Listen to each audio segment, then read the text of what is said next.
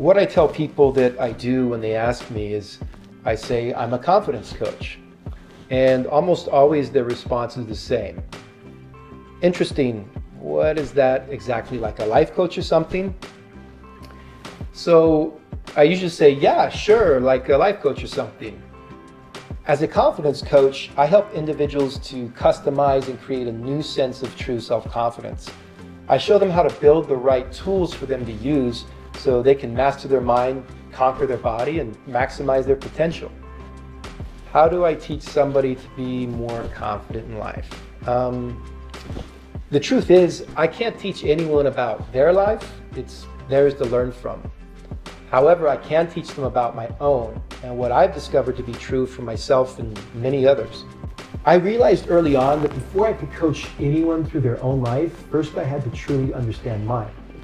And I'm still learning, but what I've learned so far has not only helped transform my own self-confidence, my success, my happiness, but it's helped others also maximize their potential, achieve their goals, and manage their life with complete confidence.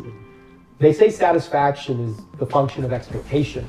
So when a person comes to me for coaching, I first help them to set their expectations. When those are met, they feel satisfied. I can help someone to build on their strengths, to overcome their weaknesses. I can help them to have courage and how to use their vulnerability to create confidence. But I can't help them choose the path they should take. That's for them to decide. That is the first step they must take towards self-empowerment. However, I can guide them along the way. As a confidence coach, I can see their potential and what they can achieve. I can help them develop the perspective they need to have, patience to be persistent and not give up. Just because they aren't sure what their limits are, I can help them still understand who they are so that they can discover themselves who they want to become. That's for them to find out on their own. That's the second step towards self-empowerment.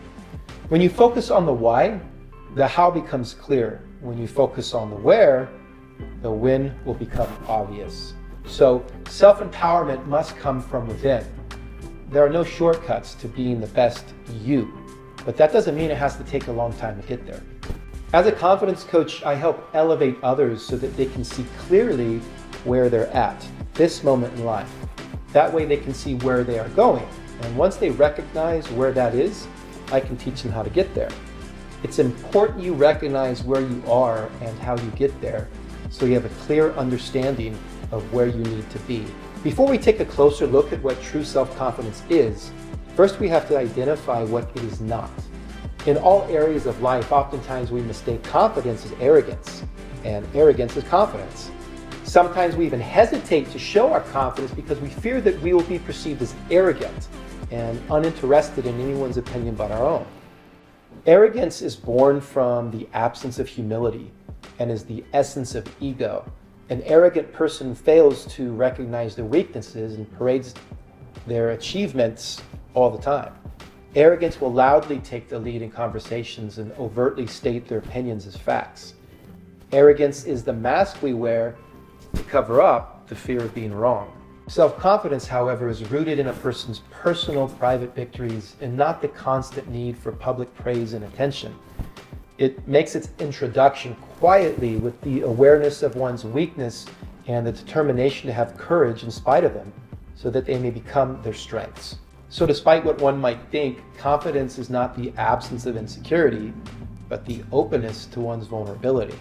When you truly share your self-confidence with others, it will in turn become a mirror for themselves because they can relate to being vulnerable, to feeling weak. They see your openness and honesty as attainable, inspiring and trustworthy, not conceited and condescending and arrogant.